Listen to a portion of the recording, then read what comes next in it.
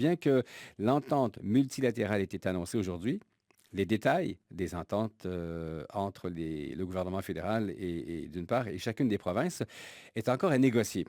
Avec nous pour analyser la portée de cet accord, Francine Descaries, elle est professeure au département de sociologie à l'Université du Québec à Montréal et aussi directrice scientifique du réseau québécois en études féministes. Bonjour.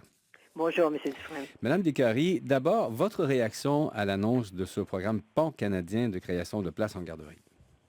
Une réaction mitigée, c'est-à-dire que c'est une bonne nouvelle. C'est une bonne nouvelle que le gouvernement fédéral mette dans le système une incitation à ce que les provinces pensent et conçoivent de meilleurs services de garde et Mhm. qu'à cet effet, ils lui consacrent une petite somme, toute proportion gardée par rapport au budget global. Et une nouvelle, en fait, qui me désappointe, si vous voulez, puisqu'on parle ici de 40 000 places en garderie et que, si vous voulez, à titre comparatif, on peut parler qu'actuellement, au Québec, par exemple, le service public offre 230 000 places en Mhm. garderie. Et donc, 40 000 places pour l'ensemble du Canada, ça peut avoir un impact, mais c'est un impact quand même qu'on ne peut pas considérer très important. Surtout si on considère qu'il y a déjà 13 ans, M. Martin proposait d'établir un tel programme qui a été battu par ailleurs éliminé, devrais-je Mhm. dire, par le gouvernement des Fédécats par la suite. Mais déjà à l'époque, on proposait 5 milliards pour 5 ans. Alors, 13 ans plus tard, 7,5 milliards pour 11 ans. Mhm. Je trouve que c'est léger comme promesse électorale, je veux dire, comment on pourrait dire, c'est léger à titre de promesse électorale. Il me semble que c'est un peu se faire du capital politique sur pas grand-chose. Mais c'est peut-être parce que, bon, on parle de 40 000 places qui seraient peut-être liées directement au gouvernement fédéral. Il y a peut-être un incitatif important pour que les provinces ajoutent de ces places? C'est le bon côté des choses, mais si vous considérez que dans l'ensemble du Canada, il y a seulement un quart des places qui sont offertes en service de garde réglementé.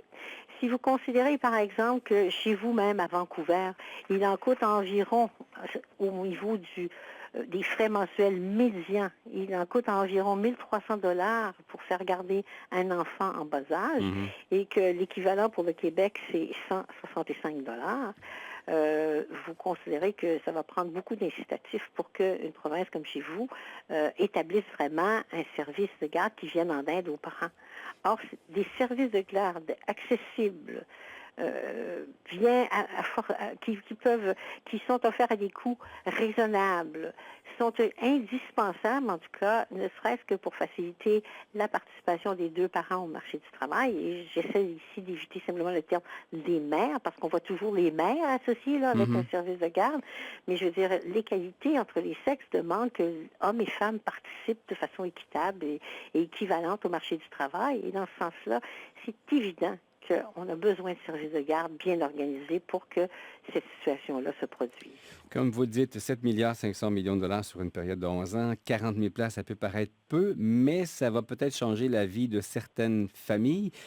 Avec ce chiffre, 40 000 places, dans quelle mesure ça va changer, ou c'est important pour les femmes canadiennes et les hommes aussi qui travaillent? Bien, ce que j'ose espérer, c'est que ces places-là seront dédiées pour soutenir des familles à moindre revenu. Déjà, dans certaines provinces, on a des programmes pour permettre à certaines familles quand même de défrayer les frais de garderie malgré des revenus insuffisants. Alors, j'ose espérer que ces places-là qui sont créées viendront d'abord disponibles pour les familles à faible revenu, viendront disponibles pour soutenir des familles qui ont des enfants avec des difficultés d'apprentissage ou des besoins particuliers, parce que vous savez à quel point cela peut être lourd pour des familles.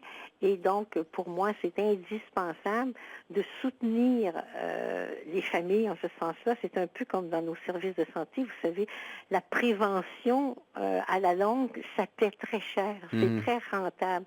Et je pense que si on offre de bons systèmes de formation à nos enfants avec des éducatrices spécialisées, avec des éducatrices qui sont en permanence et qui ne sont pas toujours faut un changement parce que, vous savez, pour la socialité de l'enfant, là, c'est important d'avoir une certaine stabilité, une certaine conscience. Mhm. Moi, je pense que ça vaudra la peine d'encourager ce problème, c'est certain. Et peut-être que si on voit qu'il y a des effets bénéfiques, le gouvernement fédéral sera peut-être prêt à offrir davantage.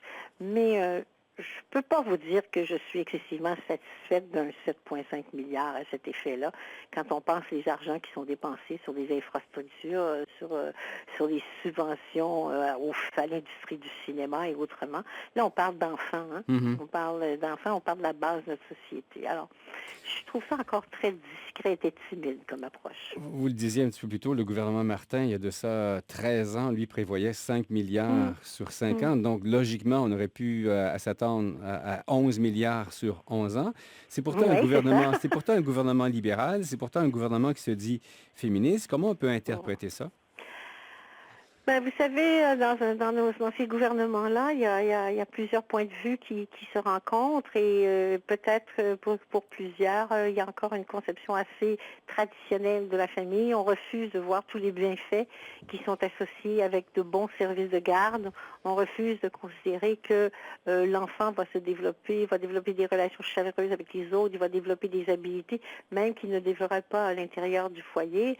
Et en ce sens-là, c'est peut-être un accommodement. Je ne suis pas à l'intérieur du Mhm. gouvernement pour vous dire qu'est-ce qui s'est joué, mais c'est certainement pas les personnes qui pensent que le soutien à la petite enfance, c'est une clé de notre réussite comme société qui ont gagné la partie cette fois-ci. Donc, il y aurait une aile très conservatrice au sein du gouvernement libéral. Ouais, j'ai l'impression, en tout cas, qu'on n'a pas vu les bienfaits immédiats ou électoraux. Déjà, vous savez, 7 milliards, ça impressionne, hein, mais 7 milliards, c'est 11 ans. Ça fait à peine 680 000 oui, c'est ça, par année pour l'ensemble du Canada. C'est pas un gros programme, ça. Hein. En terminant, vous pensez que les gouvernements provinciaux et territoriaux vont emboîter le pas? Ben, je pense que ça peut être une incitation, par contre, intéressante pour certains d'entre eux qui ont déjà une conscience à cet effet-là et qui verront l'occasion de bonifier leur offre. Et aussi, faut-il le dire, ça coûte très, très cher, hein, les services de garde. Alors, Mhm. il faut aussi des gouvernements qui sont peut-être prêts à prendre une plus grande part de l'assiette fiscale à cette fin. Et vous savez que dans quelle province, selon vous, sommes-nous le plus près d'avoir un service de garde un peu, pas nécessairement calqué sur le Québec, mais un peu comme le Québec? Ben, si je regarde les statistiques, c'est certainement le Québec, le Manitoba et l'île du Prince-Édouard qui ont les services les plus réglementés. Et donc, déjà avec des tarifs fixés par le gouvernement, ça empêche certains abus. Mhm. Ça empêche certains services privés d'abuser. Et quand on pense, par exemple, qu'on a vu des frais de garde s'élever jusqu'à 2000 $ dans votre province, Mhm. ben, je veux dire, le fait de réglementer déjà, le fait de réglementer améliorerait déjà beaucoup la situation et probablement que cet apport du gouvernement fédéral-là va aller en ce sens-là. Francine Descaries, professeure au département de sociologie à l'Université du Québec à Montréal et aussi directrice scientifique du Réseau québécois en études de féminisme. Merci infiniment d'avoir pris le temps de nous parler. Ça m'a fait plaisir. Au revoir. Au revoir.